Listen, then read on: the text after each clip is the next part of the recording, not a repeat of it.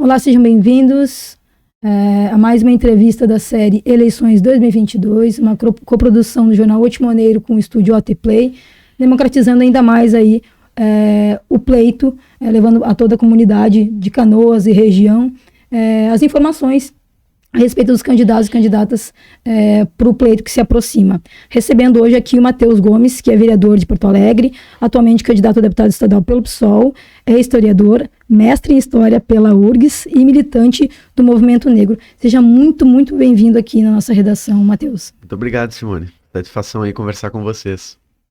Matheus, para a gente começar, vamos focando aqui em Canoas. Qual é a tua ligação com a cidade, se tem alguma ligação? E já emendando, o que tu vê como um problema para Canoas? E uma vez tu, né, na Assembleia, como é que tu pode contribuir com ela? Então, eu moro em Porto Alegre, desde que eu nasci, sou nascido e criado lá. E pela proximidade, né, entre Porto Alegre e Canoas, eu venho na cidade desde criança. Como meus pais sempre foram envolvidos com política, a primeira lembrança que eu tenho de vir a Canoas é ajudar aí em eleições. Segundo turno de eleição municipal, salvo engano, ali pelo início dos anos 2000, eu comecei a vir aqui em Canoas, conhecer um pouco mais a cidade.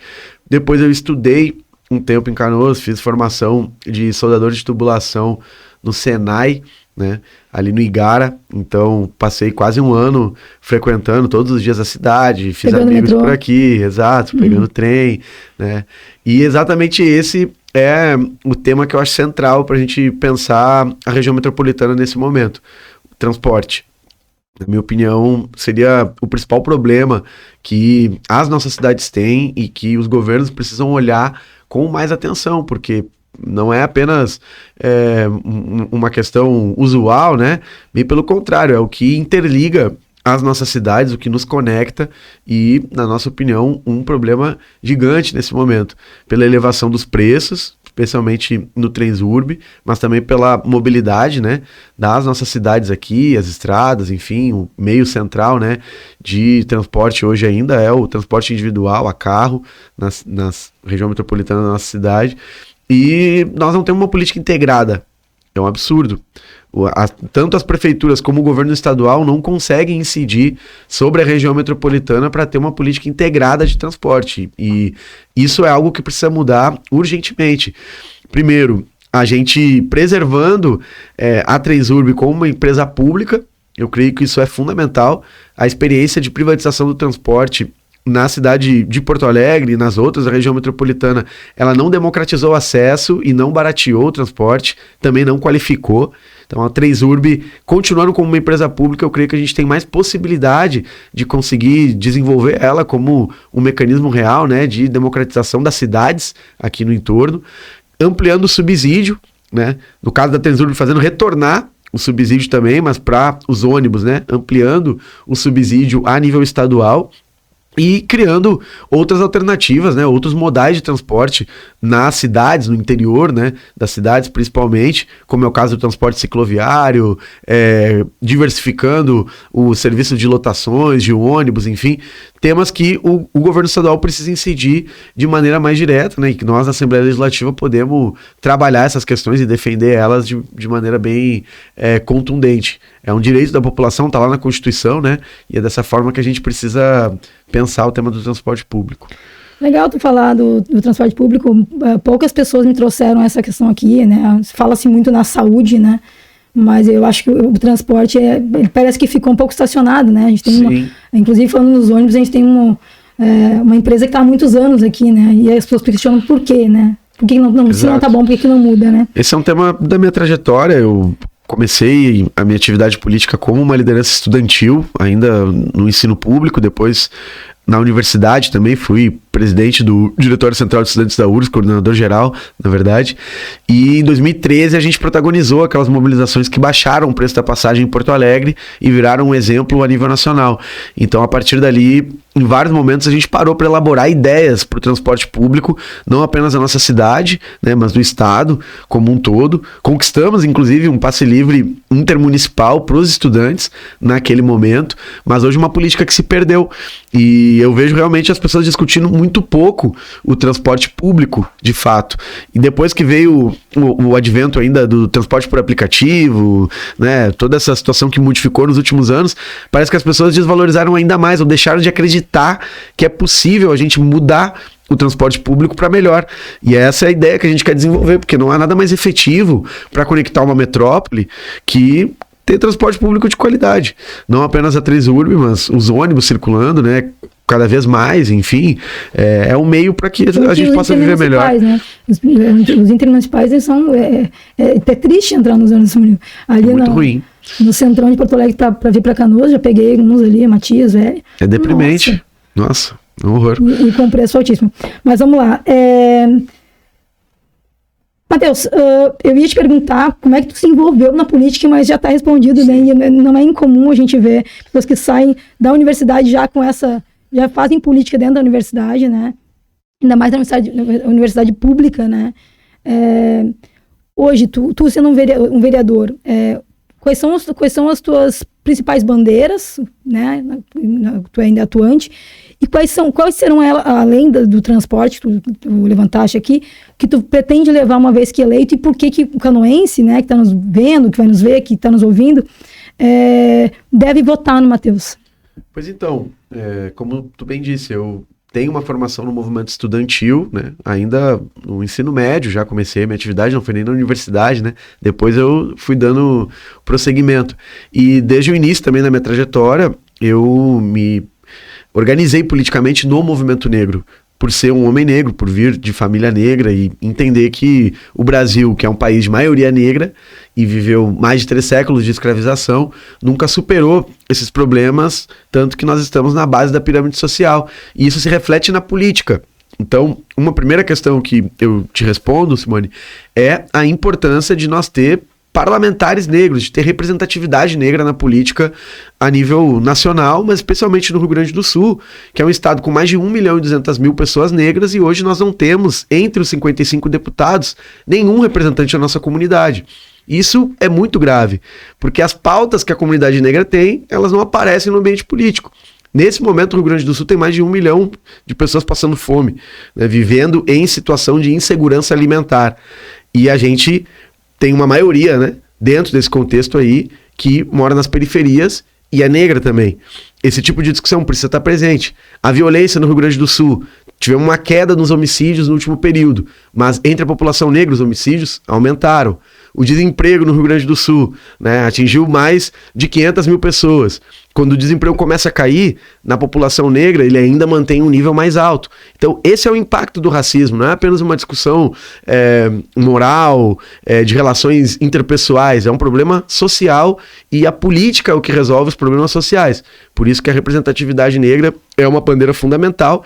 Nós começamos a transformar isso em Porto Alegre, em Canoas, isso é um problema também. Hoje eu sei que assumiu uma vereadora que é suplente, né, representando a comunidade negra, mas nós não temos lideranças negras hoje, né, com mandato efetivo na cidade de Canoas. Isso é muito grave. Precisamos resolver essa situação, e é uma bandeira que o Rio Grande do Sul, nesse momento, está acordando para discutir, tanto que a nossa campanha começa em Porto Alegre, mas hoje já está em mais de 60 cidades, e muito devido a essa questão da representatividade negra. Isso é um tema fundamental. Outra questão estrutural que nós estamos debatendo em Porto Alegre, queremos discutir no Rio Grande do Sul, é a defesa do meio ambiente. O mundo e, obviamente, o nosso estado vive uma crise climática muito grave. E esse debate precisa ser colocado para a população a partir de questões do dia a dia, né? Não como algo que parece distante, né? Os oceanos vão subir alguns centímetros daqui a algumas décadas. A gente já está vivendo esse processo, e o impacto dele pode ser visto em situações como a que a gente teve em Canoas algumas semanas atrás, né, com um evento climático extremo, raro, né, que devastou uma parte da cidade, né, atingiu escolas, equipamentos públicos, e no Rio Grande do Sul isso é cada vez mais comum, um desequilíbrio entre ondas de calor e ondas de frio, que os governos não conseguem dar resposta, a poluição dos rios, que está nos afetando no abastecimento de água, dificuldade de saneamento básico, coleta de lixo, que está cada vez mais desorganizada, o que no meio de uma crise sanitária é um absurdo que a gente está vivenciando. Então, esse tipo de pauta é do nosso cotidiano e a gente quer defender. E, por fim, discussões que remetem ao imediato e que foram parte do trabalho que a gente organizou em Porto Alegre no último período, como, por exemplo, o combate à fome. Eu já falei a situação do Rio Grande do Sul, mas foi uma preocupação do nosso mandato. No terceiro mês de mandato, a gente aprovou um projeto de renda complementar emergencial em Porto Alegre, para que cada cidadão em condição de pobreza recebesse um auxílio, né, do governo para conseguir colocar comida na mesa. E também desenvolvemos outras ideias, como apoio a cozinhas solidárias, hortas comunitárias que as comunidades estão organizando para ter alimento também nas periferias. Esse tipo de política precisa se expandir ao estado do Rio Grande do Sul, porque é um absurdo. Aqui a gente já foi conhecido como celeiro do Brasil e tem mais de 1 milhão de pessoas em estado de insegurança alimentar. Isso não é condizente com o PIB do nosso estado, que em maioria é ligado ao agronegócio. Então o que está fazendo esse agronegócio?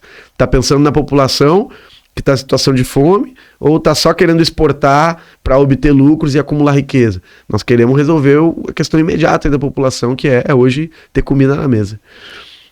Bom, candidato, já falaste dessas questões, é legal quando a gente recebe alguém aqui que não fala só, eu pretendo fazer, tem que melhorar isso, mas que coloca isso em números, né, traz, claro.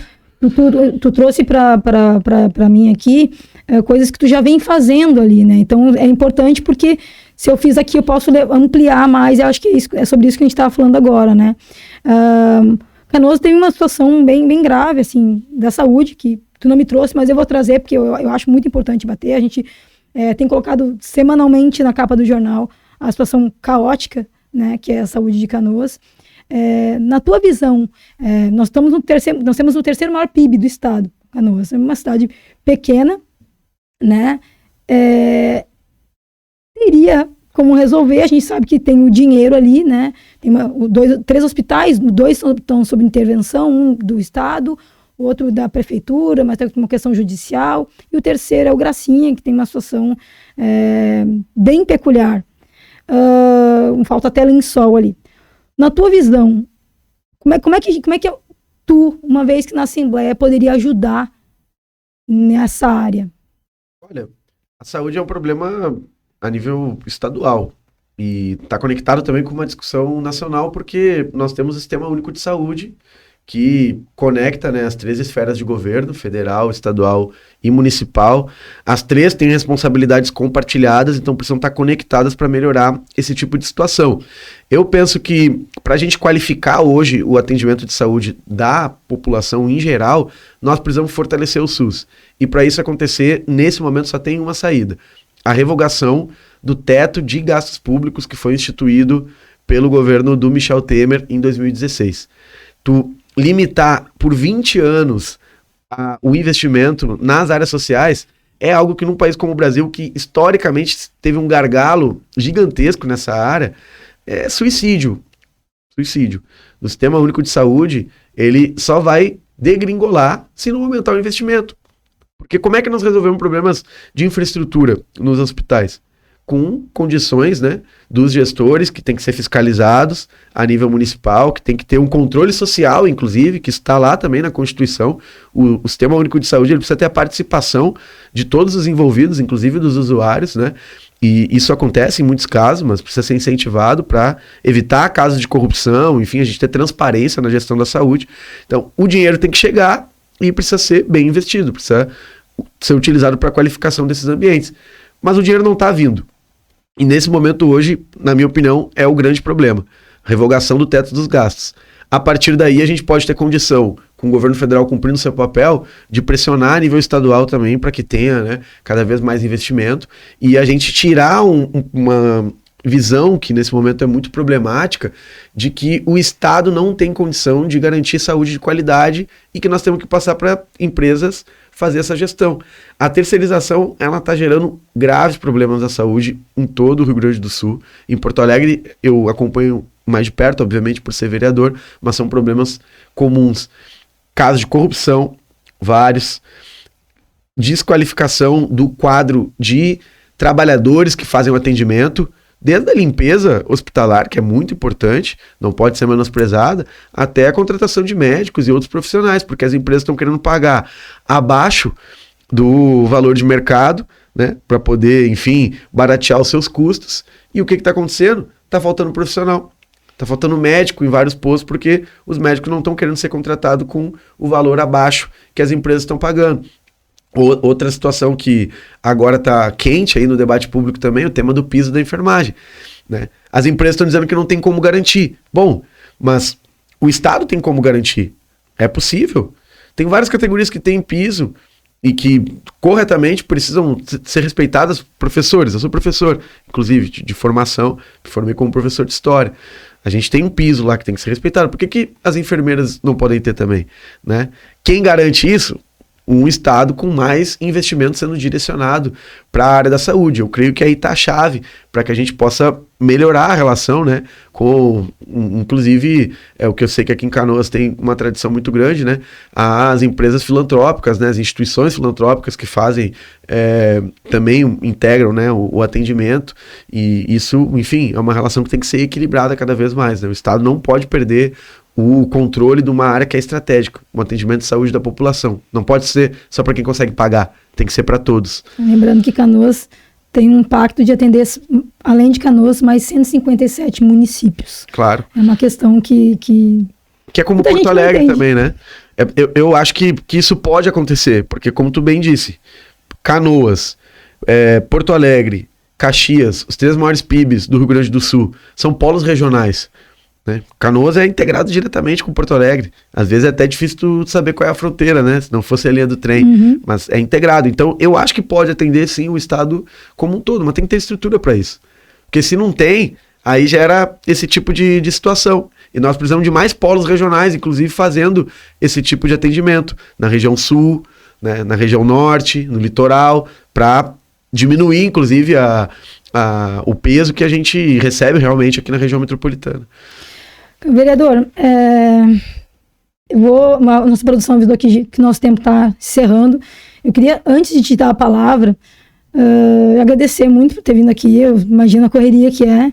E te desejar boa sorte aí na tua busca aí, né, para uma vaga na Assembleia. E o espaço é teu para tu falar diretamente para os canoenses, para quem estiver nos assistindo. Aquela câmera ali é tua. O tempo é teu, pode falar o teu número, o teu jabá aí. Legal. Quero agradecer, Simone, toda a disponibilidade, a cordialidade também que vocês nos fizeram através desse convite. Para nós é muito importante poder dialogar diretamente com o povo de Canoas, de Nova Santa Rita. Nós estamos apresentando nesse momento uma proposta para a região metropolitana. Nós começamos a construir um trabalho diferente em Porto Alegre, porque pela primeira vez a comunidade negra de periferia teve representatividade no ambiente da política, e isso não é só uma questão de forma, é o conteúdo, são questões da nossa vida, do dia a dia, que a gente levou para o ambiente da Câmara de Vereadores, como o combate à fome, a defesa de dignidade no trabalho para as pessoas, que isso é um grave problema nesse momento, a melhoria real das condições de vida nos territórios onde nós estamos vivendo, né, a valorização da saúde, da educação. Esses são os temas que moveram a nossa luta nesse período, e por isso que a gente diz da importância de ter representação, sim, de todas as comunidades no ambiente do parlamento, e isso tem que acontecer com o povo negro. Nós somos mais de 1.200.000 gaúchos nesse momento sem representação no ambiente parlamentar, e quem perde com isso é o povo gaúcho como um todo, é a democracia que não se concretiza com a ausência dessa representação. Então nós estamos pedindo um voto de confiança da população de Canoas, de Nova Santa Rita, de toda a região metropolitana, para cuidar, né, das cidades que estão hoje precisando de muitas melhorias e de representação política ativa construída diretamente com o povo. É dessa forma que a gente trabalha. O meu número é 50123 e a gente convida todo mundo a conhecer melhor as propostas que a gente está apresentando nas redes sociais. Nosso trabalho ali está acontecendo todos os dias no Instagram, no Twitter, no TikTok. Por favor, dá o endereço aí. É Matheus PG Gomes. Ali vocês vão achar no Twitter, no TikTok, no Facebook também e no Instagram, principalmente, que é a rede que a gente trabalha aí com mais força, e vamos estar divulgando também aqui o podcast junto com o Jornal Ultimaneira. Obrigada, Matheus. Boa sorte. Valeu, muito obrigado. Até mais.